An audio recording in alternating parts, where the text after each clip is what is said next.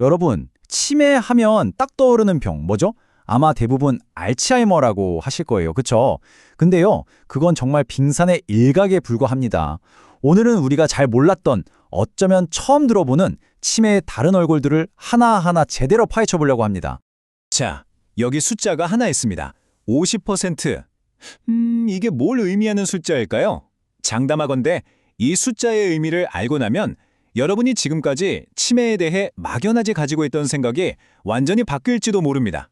네, 바로 이겁니다. 치매 사례의 무려 절반 이상이 단 한 가지 원인 때문이 아니라는 거죠. 여러 가지 원인이 복잡하게 얽혀있는 복합성 치매라는 거예요. 그러니까 치매는 그냥 하나의 병이 아니다. 이게 오늘 우리가 꼭 기억해야 할 첫 번째 핵심 포인트입니다. 자, 그럼 본격적으로 한번 들어가 볼까요? 첫 번째 주자는 바로 혈관성 치매입니다. 이름에서 벌써 감이 오시죠? 맞습니다. 우리 몸에 피가 도는 길, 혈관 건강하고 아주 깊은 관련이 있는 치매입니다. 그러니까 이게 어떻게 작동하는 거냐면요. 뇌졸중 같은 걸로 뇌에 피가 제대로 안 통하게 되면 뇌 안에 있는 정보들이 다니는 고속도로, 이걸 백질이라고 부르거든요. 이 고속도로가 손상을 입는 거예요. 비유하자면 고속도로에 막 싱크홀이 생기고 길이 끊기는 거죠. 그럼 당연히 차들이 쌩쌩 달릴 수가 없잖아요. 정보 전달 속도가 뚝 떨어지게 되는 겁니다. 그래서 혈관성 치매의 가장 대표적인 증상은 뭘 깜빡깜빡하는 것보다도 생각하는 속도 자체가 느려지는 거예요. 뭔가 머리 안개가 낀 것처럼요. 예전에는 1초 만에 결정하던 점심 메뉴를 고르는데 10분이 걸린다거나 여행 계획처럼 간단한 걸 짜는 것도 너무 벅차게 느껴지는 거죠. 그래도 다행인 건 다른 치매들보다는 심장 건강, 그러니까 혈관 건강을 잘 챙기면 예방 가능성이 꽤 높다는 점입니다. 결국 딱 한 문장으로 정리할 수 있겠네요. 건강한 심장이 건강한 뇌를 만든다. 이건 정말 꼭 기억해 두세요. 자, 이번엔 좀 더 독특한 녀석을 만나볼 시간입니다. 정신과 신체, 이 둘을 아주 기묘하게 연결시키는 치매, 바로 루이소체 치매입니다. 이름이 좀 어렵죠? 루이소체. 이게 뭐냐면 뇌세포 안에 생기는 비정상적인 단백질 찌꺼기 같은 거예요.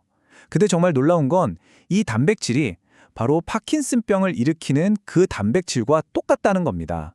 그렇다 보니까 루이소체 치매는 인지기능 문제랑 신체 움직임 문제가 같이 나타나는 아주 독특한 특징을 갖게 되죠.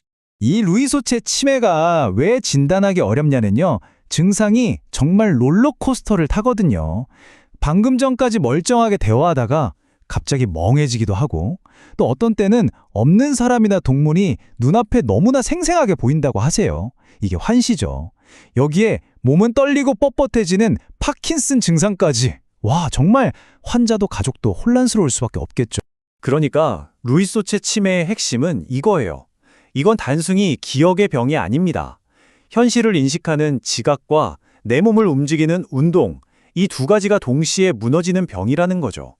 자, 이번에는 어쩌면 가장 마음 아프고 또 가장 많이 오해받는 치매일지도 모르겠습니다. 바로 전두측두엽 치매, 줄여서 FTD라고 부르는 병입니다. FTD는 말 그대로 뇌의 앞부분, 그러니까 이마 쪽 전두엽과 귀 옆쪽 측두엽이 망가지는 경이에요. 이 부분이 우리 성격, 감정 조절, 언어 능력을 담당하거든요.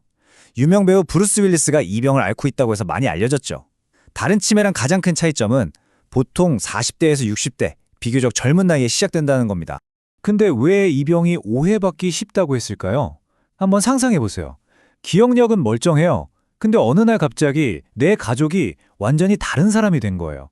공감 능력도 사라지고 사회적으로 해선 안 될 행동을 서슴없이 하고, 이러니 주변에서는 저 사람 왜 저래? 하면서 정신과 문제로 생각하기가 너무 쉬운 거죠.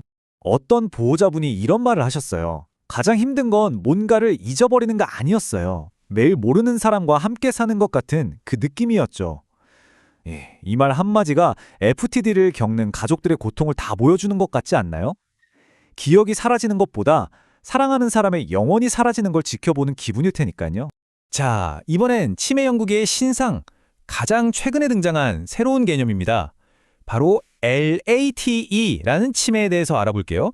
레이트 영어로 늦었다는 뜻이잖아요. 이름 그대로 정말 인생의 아주 후반, 주로 80세 이상 초고령층에서 발견되는 치매입니다. 겉으로 보기엔 증상이 알츠하이머랑 정말 비슷해서 많이들 헷갈렸는데요.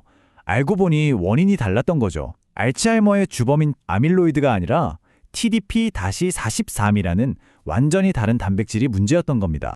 그래서 증상은 기억력 저하, 딱 알츠하이머 같아요. 근데 차이점이 뭐냐면 이 레이트만 있을 때는 병이 꽤 천천히 진행된대요. 하지만 처음에 말했던 복합성 치매 기억나시죠?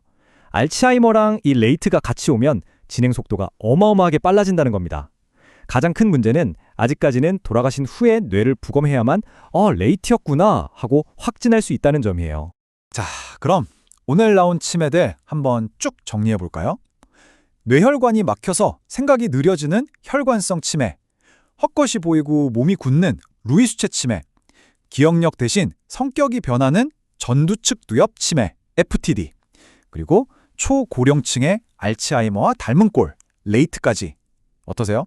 정말 원인도 증상도 다 다르죠. 아니 어차피 다 치매인데 뭐 이렇게 복잡하게 구분해야 하나 싶으실 수도 있어요.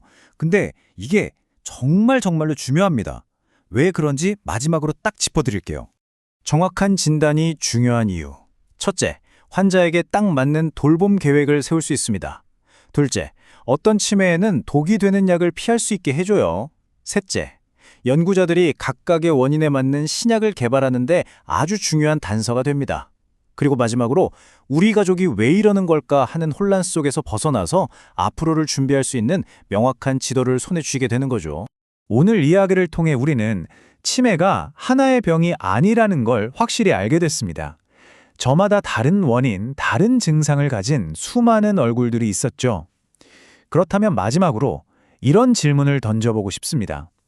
암도 위암, 폐암, 간암 치료법이 다 다른 것처럼 이렇게나 다양한 원인이 뇌를 공격하는데 과연 모든 치매를 한 번에 해결할 단 하나의 치료제가 가능할까요?